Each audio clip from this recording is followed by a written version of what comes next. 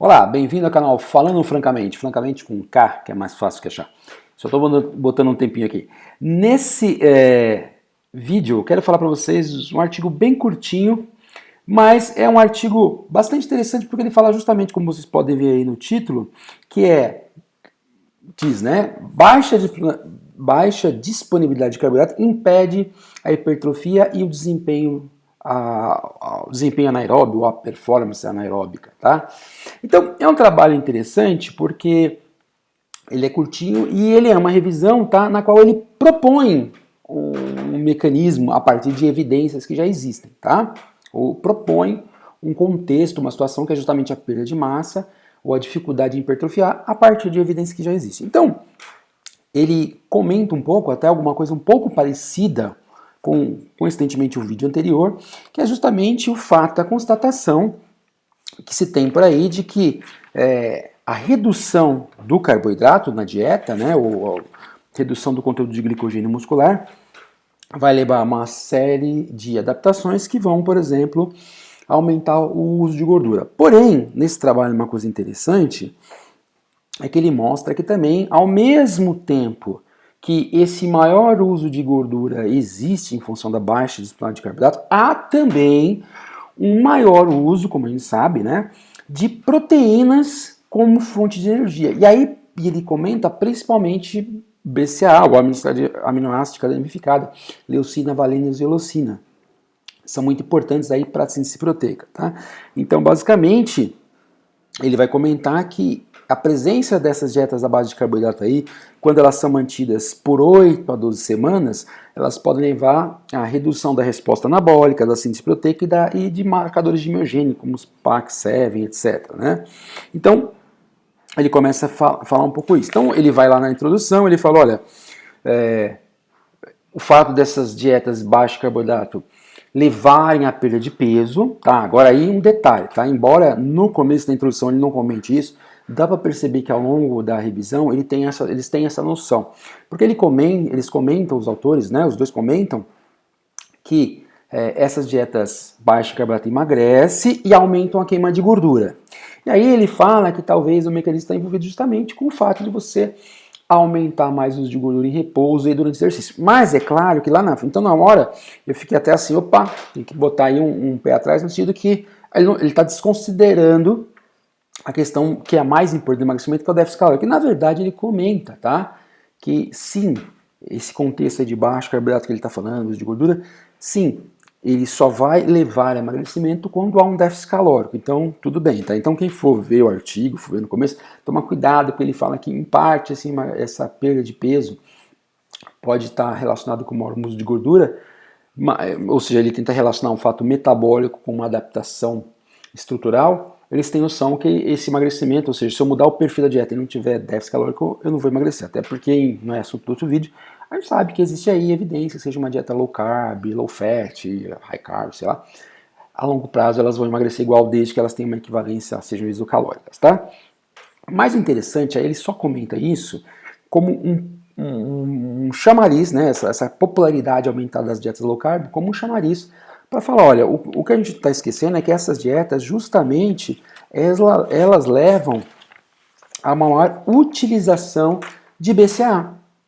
E aí esse BCA, justamente, como eu acabei de comentar, são aminoácidos muito importantes, né? Todos essenciais, mas principalmente o BCA, são muito importantes para a sinalização. E ele coloca algumas imagens, né? Deixa eu só mudar aqui, ele coloca algumas imagens, por exemplo, aqui, né? E aí ele vai explicando ao longo do texto, né? Então, por exemplo, você vê aqui que a baixa disponibilidade de carboidrato, então agora estão pensando, né, naquela coisa que ele fala, minimamente aí 8, 12 semanas, né, seria para o iniciante começar a ter um ganho de hipertrofia, então disponibilidade cronicamente baixa de carboidrato. Aí ele comenta, por exemplo, aqui que substratos, então ele fala da insulina, é importante o efeito dessa cascata anabólica, né, então que cronicamente diminui esses o substrato 1 da insulina, diminuição da cateína, então você vê que aqui, ó, ele está mostrando que está reduzindo essa cascata e que essa cascata, aí, por uma série de interações, aqui os fatores miogênicos que ele fala, PAX7, MyoG, estaria afetando, por exemplo, a miogênese, músculo, gênese, geração, né? E a regeneração muscular. Isso seria um fator. Por outro lado, aí ele comenta aqui, ó, Já a maior utilização de aminoácidos, como aquele fala, o BCA, como fonte de energia, aqui no ciclo de Krebs, depois que de transporte de elétrons, você pode ver aqui, né? Ativa a branch aminoácidos desidrogenase, que é a enzima lá importante para degradar os BCA. Mostra também aqui que via de síntese proteica, né? Então, enquanto a redução do carboidrato está afetando aqui a miogênese e a regeneração, as vias de síntese proteica diminuída, como a mTOR, porque o BCA é importante na regulação dessas vias, geraria uma diminuição da síntese proteica. Ao mesmo tempo que, como a gente pode ver aqui, que os fatores ligados a transporte, né? O uso para dentro da mitocôndria, tal, do aumento da beta-oxidação, tal, ou seja, a via toda relacionada com os ácidos graxos está aumentada. Então, o grande lance aí é que o fato de eu cortar o carboidrato, diminuir a disponibilidade de carboidrato, sim, leva ao aumento de aminoácidos. Então, e aí ele começa a mostrar, né? Então ele fala aqui, por exemplo, de uma revisão sistemática, aí, se não me engano, de 3 estudos, onde ele mostra justamente isso, né? Que o low carb aí leva a uma perda maior de massa, e aí até reduz a massa magra, mas esse low carb também está relacionado a uma perda de gordura. Tá? É claro que aqui ele tem que considerar que talvez, ele comenta, né? Tem a questão do isocalórico, é difícil, muitos estudos não regulam isso, mas de modo geral, ele está mostrando que tem que tomar muito cuidado quando você olha, comenta, né? A questão dessa redução de gordura, da Fátima, e porque você vai ter a questão da massa magra também que vai ser perdida. É claro que ele comenta aí que o treinamento de força pode ser um fator para tentar impedir isso, mas tem um limite, tá? E aí ele comenta aqui, por exemplo, uma outra via que ele dá mais detalhe, né? Porque aqui, por exemplo, ele está falando do BCA sendo usado, e aí se você olhar com mais detalhe aqui essa parte do BCA, a gente vê que, por exemplo, quando o BCA é usado, né?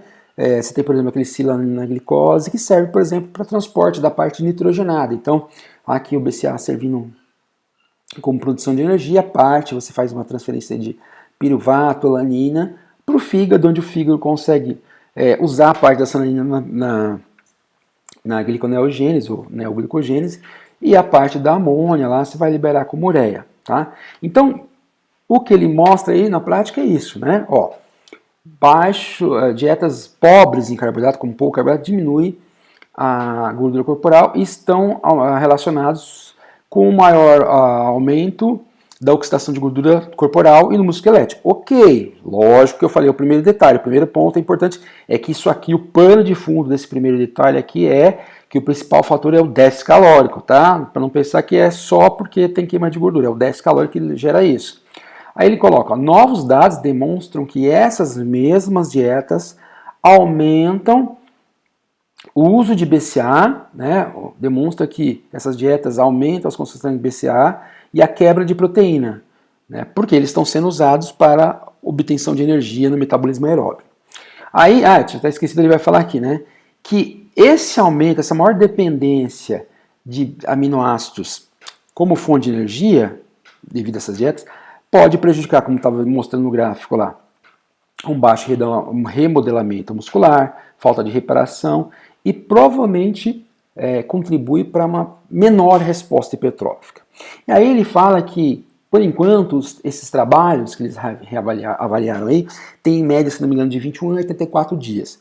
Então, que nesse ponto, você vê que a força em si não cai, mas ele fala, olha, talvez com mais tempo aí possa cair. Então a gente sabe que hipertrofia e força não tem relação, mas não são diretamente relacionadas, então aí dá para entender essa discrepância. Mas ele já mostra, olha que interessante, que o metabolismo anaeróbio, né, a potência, o metabolismo anaeróbio, cai, então causando uma fadiga precoce. Então, para a gente fechar, o que a gente entende é que sim, de novo, né, há uma atração aí, um motivo pelo qual, assim como no vídeo que eu fiz de jejum, no vídeo anterior, que há sim uma atração, ou por jejum, que era no caso lá, e aqui no caso da dieta pobre em carboidrato. É claro que esse pobre em carboidrato de jejum era o mesmo motivo, aumento da oxidação de gordura.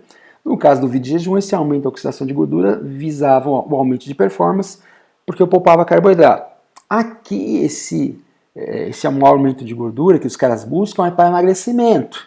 Mas, de novo, observação, esse emagrecimento vai acontecer principalmente para o déficit calórico, ou seja, se você mudar o perfil da dieta para diferentes dietas, você vai emagrecer, não é o objetivo aqui do vídeo. Mas, de qualquer forma, esse chamariz de mostrar que as dietas com baixo carbo levam à redução de peso e aumenta a oxidação de gordura, faz com que muitas pessoas embarquem nessas dietas. Porém, quando elas estão cronicamente, são mantidas cronicamente, né, você pode atrapalhar a resposta hipertrófica. Qual a justificativa para esse problema, esse prejuízo da resposta, potencial prejuízo da resposta hipertrófica? Porque, por exemplo, parte dos aminoácidos começa a ser usada como fonte de energia, ou seja, você não consegue ficar, se a gente dependesse só da gordura, ficava maravilha, porque a proteína não precisava ser usada, né? Então, você começa a retirar aminoácidos da tua estrutura, porque a maior parte dos aminoácidos está na estrutura, principalmente BCA, e isso afeta a via de sinalização. Então, o baixo carboidrato afeta, por exemplo, o carbo em si, em relação ao efeito da insulina, afeta remodelamento, regeneração, junto com isso, o maior uso de BCA em si, devido à diminuição do carbo, vai levar à diminuição de via de síntese proteica. Tá?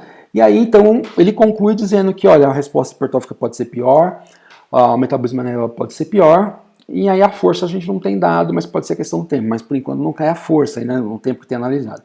E aí, claro, qual que é o conselho final? Ele diz, olha, não seria legal para pessoas que treinam pesado, intensamente, em modalidades anaeróbias, ou treinam para ganhar hipertrofia, não seria recomendado manter cronicamente essas coisas do carboidrato aí. Então, o vídeo acabou ficando bem maior que eu queria, né? O artigo tem umas 12 páginas, mas acho que uma mensagem muito interessante aí, pessoal, é a gente tentar sempre entender os contextos, né? Então, muita gente começa a fazer uma manipulação dietética aí e não sabe, por exemplo, que aquela manipulação dietética ela vai acabar entrando em conflito com o seu objetivo.